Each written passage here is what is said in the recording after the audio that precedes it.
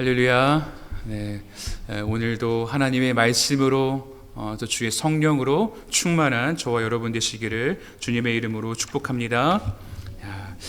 지난주에 우리가 하나님께서 400년 동안의 침묵을 깨고 말씀을 하셨는데 누구에게 말씀을 하셨죠? 네, 사가랴에게 말씀을 주셨습니다. 왜 사가랴였나? 그것을 우리가 또 생각해 봤는데, 첫 번째는 의인이었기 때문에 하나님께서 사가랴에게 찾아오셨다 그랬습니다. 이 말은 그들이 완벽해서가 아니라고 이야기했죠. 그들이 완벽하게 선한 사람이었기 때문이 아니라 이것은 하나님과의 바른 관계를 이야기하는 것이다 말씀을 드렸습니다. 두 번째로는 말씀대로 행하는 자들이었기 때문이다. 하나님의 말씀을 소중하게 여기고 그 말씀대로 살려고 몸부림치는 사람이었다라는 것이죠. 그래서 하나님께서 이 사가랴 부부에게, 그 가정에 하나님께서 찾아오시고 역사해 주셨던 것입니다. 그리고 나서 오늘 6개월이 흘렀습니다. 하나님의 천사 가브리엘이 바로 나사렛에 있는 마리아를 찾아옵니다. 그래서 오늘도 몇 가지 질문을 통해서 우리 한번 오늘 우리에게 주시는 은혜가 무엇인지 함께 찾아보도록 하겠습니다. 자, 그럼 또 왜 하나님께서 마리아에게 찾아오셨는가? 우리가 그것을 또 질문해 봐야겠죠. 왜 또 다른 사람이 아니라 이 마리아인가? 우리 28절, 29절 말씀 같이 한번 다시 읽어보겠습니다. 28절, 29절 시작. 은혜를 받은 자여 평안할지어다. 주께서 너와 함께 하시도다. 처녀가 그 말을 듣고 놀라 이런 인사가 어찌함인가 생각하매. 아멘. 자, 마리아는 겸손한 사람이었습니다. 그녀는 갈릴리 나사렛 출신이었습니다. 나사렛이 어떤 동네였냐면은 인구가 한 500명 정도밖에 되지 않는 아주 작은 시골 마을이었습니다. 그래서 나중에 사람들이 저 예수님은 어디 출신인가 이렇게 물어봤을 때 나사렛 출신이다 그랬을 때 사람들이 다 무시했던 것을 우리가 알 수 있습니다. 아니, 나사렛에 어떤 선한 것이 나겠느냐 이런 이야기를 했다라는 것이죠. 그래서 이 마리아가 그런 마을 출신인데다가 여자인데다가 가난한 데다가 그런 평범한 처녀인 자신에게 하나님이 찾아오셔서 너가 하나님의 은혜를 입었다라고 하는 그 말을 들으니까 이 마리아가 진심으로 어쩔 줄 몰랐다라는 것입니다. 사랑하는 성도 여러분, 여러분이 하나님의 말씀을 받을 때 그것을 당연히 여기지 않기를 바랍니다. 그래, 나 정도는 돼야지 하나님께서 말씀하시지. 하나님 나한테 오시는 것은 너무나 당연한 거야. 내 기도를 들어주시는 것은 너무나 당연한 거야. 오늘 은혜를 주시는 것도 너무 당연한 거야 라고 하는 그런 태도보다는 하나님께서 어떻게 나 같은 죄인에게 찾아오셔서 말씀하시냐, 나같이 별 볼 일 없는 사람에게 하나님께서 사명을 주시다니, 이런 마음을 가지고 있어야 우리가 교만해지지 않는다라는 것입니다. 그런데 이 마리아에게는 하나님 앞에 이런 겸손함이 있었다라는 것입니다. 그래서 저와 여러분은 하나님의 은혜를 당연시 여기지 않는 은혜가 있기를 주님의 이름으로 축복합니다. 두 번째 질문은, 하나님이 주시는 은혜는 내가 보기에도 좋은 것인가 라는 거예요. 하나님이 은혜를 주시잖아요. 하나님 우리에게 은혜를 주십시오 그러는데, 정말 그 은혜가 내가 보기에도, 내가 느끼기에도 항상 좋은 것인가? 이 마리아에게 주신 하나님의 이 메시지, 하나님의 말씀은 아주 청천벽력과 같은 말씀이었습니다. 여러분, 같은 메시지라도 그 메시지를 누가 받느냐에 따라서 이게 굿뉴스가 될 수도 있고 배드 뉴스가 될 수도 있다라는 것입니다. 지난주에 사가랴 부부는 오래된 부부였죠. 오랫동안 이 부부에게 자식이 없었던 거예요. 그래서 이 자식이 없었던 이 부부에게 하나님이 자식을 주신다라고 하는 것은, 이거는 굿뉴스예요, 배드뉴스예요? 굿뉴스인 것이죠. 지금도 그렇지만 그 당시에는 더하지 않았겠습니까? 그런데 지금 마리아는 어떻습니까? 처녀 마리아예요. 아직 결혼도 하지 않았습니다. 약혼만 한 상태였습니다. 그런데 아직 결혼도 안 한 이 처녀가 임신한다라는 말은 이것은 완전히 사형 선고이고 인생이 완전히 망가진 것과 같은 큰 문제인 것입니다. 아직 남자를 모르는 이 10대 처녀 마리아에게 이 소식은 마른 하늘의 날벼락 같은 소리인 것입니다. 이건 기도 응답도 아닐 뿐더러 전혀 가능하지 않은 일이고 또 원한 적도 없었던 일입니다. 그런데 하나님은 이런 쇼킹한 뉴스를 이렇게 주시면서 한술 더 뜨셔서 네가 은혜를 입었다 말씀하시는 거예요. 마리아 입장에서 이게 은혜라고 생각이 됐겠습니까? 하나님, 이게 무슨 은혜입니까? 처녀가 임신하는 것이 무슨 은혜입니까? 그렇게 이야기하지 않았겠습니까? 물론 지금 우리는 지금 이 이야기가 앞으로 어떻게 전개될지 우리는 이미 다 알고 있기 때문에 이것이 은혜라는 것을 우리는 너무나 잘 알고 있습니다. 그러나 이 당시에 마리아는 아무것도 몰랐다라는 거예요. 모른 상태에서 이 얘기를 들었으면 이거는 굿뉴스가 아니라는 것이죠. 그러나 우리가 이 4차원적인 영적인 눈으로 보면 우리에게 일어나는 고난도 어떤 힘든 것도 다 하나님의 축복의 통로인데 그 당시에는 이것이 굉장히 부담스럽고 쇼킹한 것들이 있다라는 것입니다. 우리가 지금까지 살아오면서도 그런 것들이 있지 않습니까? 그 당시에는 정말 하나님 나에게 왜 이런 일을 허락해 주시는 것입니까? 그러나 지나고 보면은 그것이 하나님의 은혜였다라는 것을 깨닫게 된다라는 것이죠. 제가 신학교 다닐 때 같이 공부하던 여자 학생이 있었습니다. 저보다 한 살 어린 친구인데 신대원을 졸업하고 지금 한 17년이 흘렀더라고요. 16년. 그동안에 그 친구가 말로 다 할 수 없는 시련과 고통을 당했다라는 것을 최근에 알게 되었습니다. 2020년에 남편이 암투병을 하다가 3년 만에 세상을 떠났다라고 하더라고요. 그때 그 친구의 자녀들이 6살, 4살 이렇게 어렸다라고 해요. 그런데 안 그래도 힘든데 그 후에 본인도 유방암에 걸려서 1년 반 동안 투병 생활을 해야 했습니다. 그런데 여러분, 그런 상황에서 하나님께서 은혜를 받은 자여 평안할지어다, 이런 것은 전혀 어울리지 않는다라는 거예요. 그러면 도무지 이해할 수 없다라는 것입니다.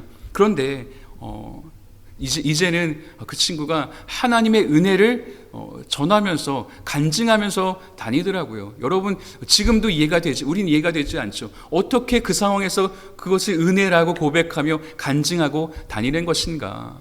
하나님의 은혜가 그렇다라는 것입니다. 우리는 하나님께서 허락하시는 그 은혜의 전체 그림을 보지는 못합니다. 그래서 우리는 하나님께서 우리를 아주 캄캄한 터널에 몰아넣으시면 하나님 도대체 나에게 왜 그러시는 것입니까? 내가 하나님 앞에 뭘 잘못했길래 나에게 이런 시련을 주시는 것입니까? 하나님 나를 왜 미워하시는 것입니까? 이렇게 생각하기가 쉽다라는 것입니다.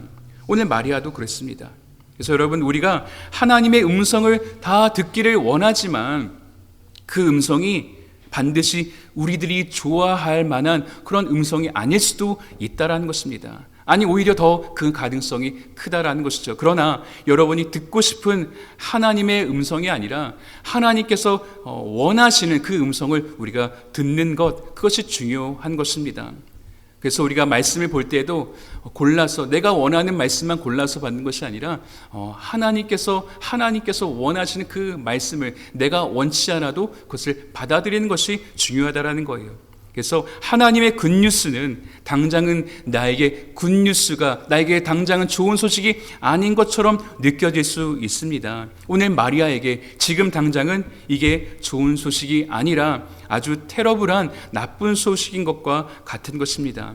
하나님의 뜻은 내가 받아들이기 편하고 좋아 보이는 것만 있는 것이 아닙니다. 그래서 어쩔 때는 하나님 괜찮아요, 그건 괜찮아요, 됐습니다, 노 땡큐 하고 싶을 때가 있다는 것입니다. 오늘 마리아가 그런 심정이 아니었겠습니까? 하나님 저 괜찮아요, 그런 엄청난 일 저는 괜찮아요, 노 땡큐 하고 싶은 그런 상황이라는 것이죠. 그러나 듣고 싶지 않은 그 음성이라도 우리가 받아들이면 축복의 길이 열리게 되는 것입니다.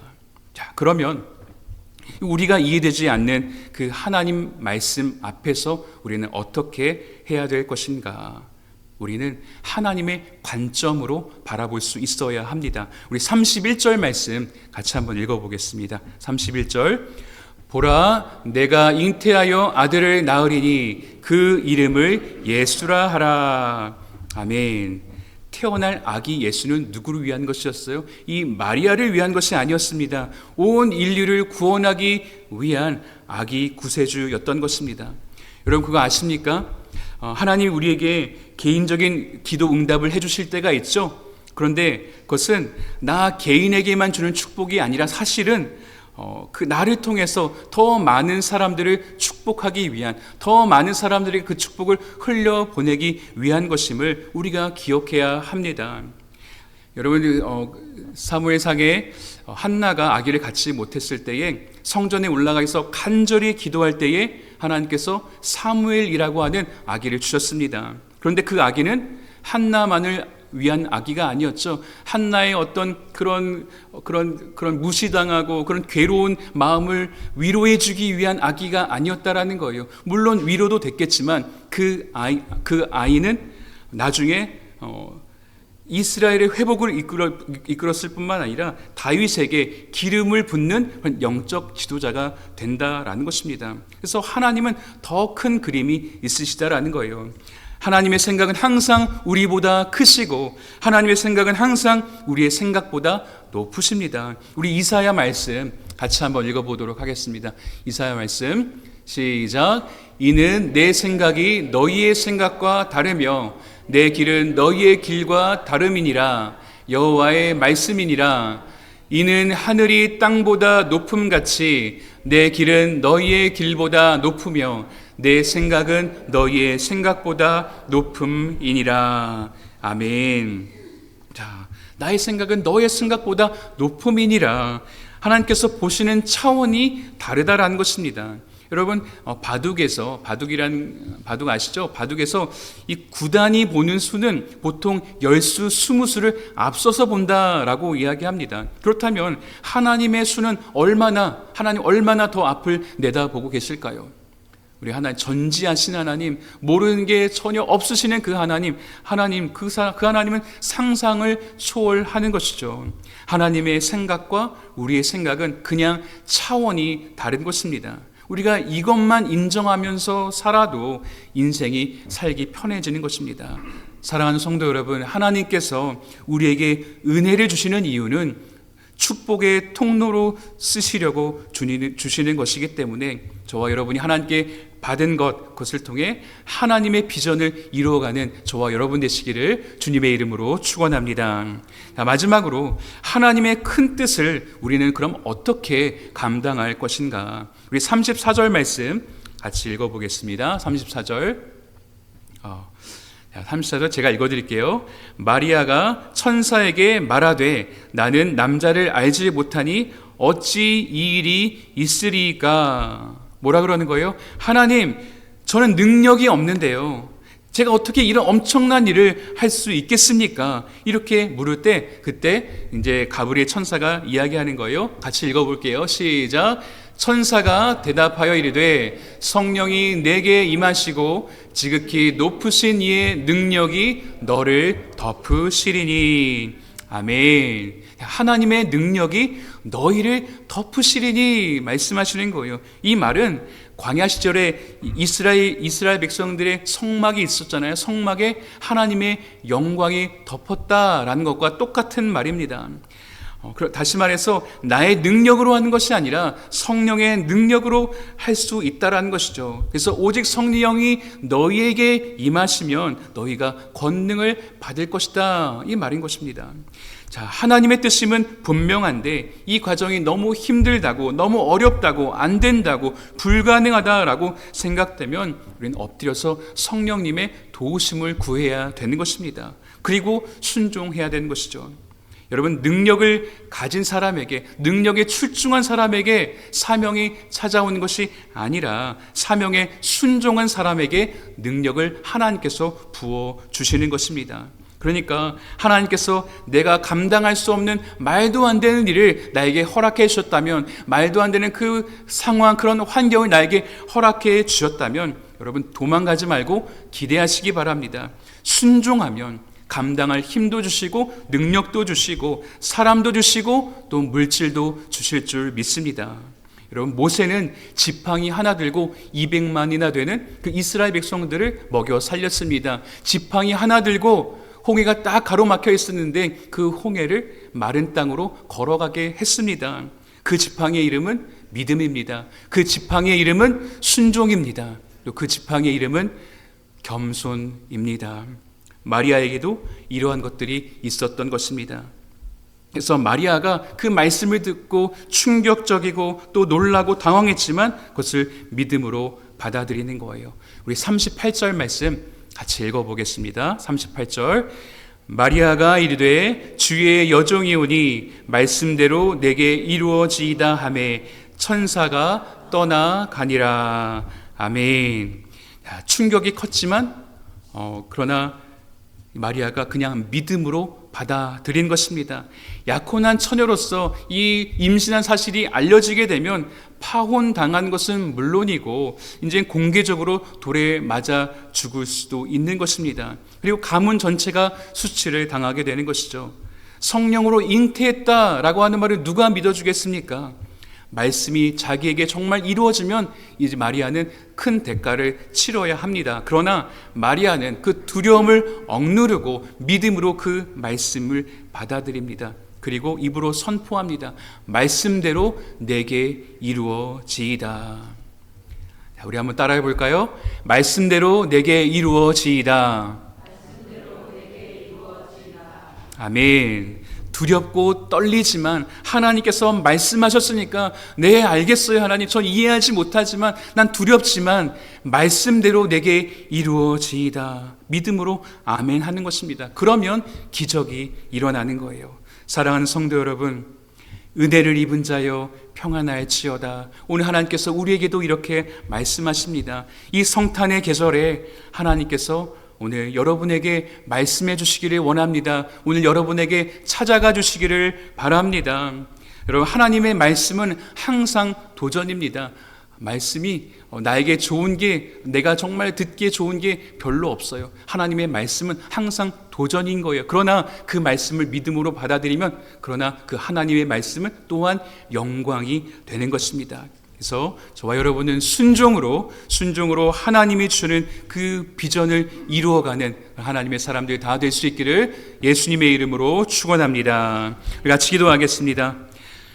하나님 감사합니다. 마리아에게 오셨던 그 하나님의 말씀은 충격적이었지만 마리아가 믿음으로 순종하고 받았을 때 온 인류의 역사가 바뀌는 그 아기 예수의 탄생이 일어났습니다. 주님, 우리도 믿음으로 하나님의 말씀을 받게 하시고 순종하게 하시고 하나님의 뜻을 이루는 도구로 쓰이게 하여 주시옵소서. 감사드리며 예수님의 이름으로 기도하옵나이다. 아멘.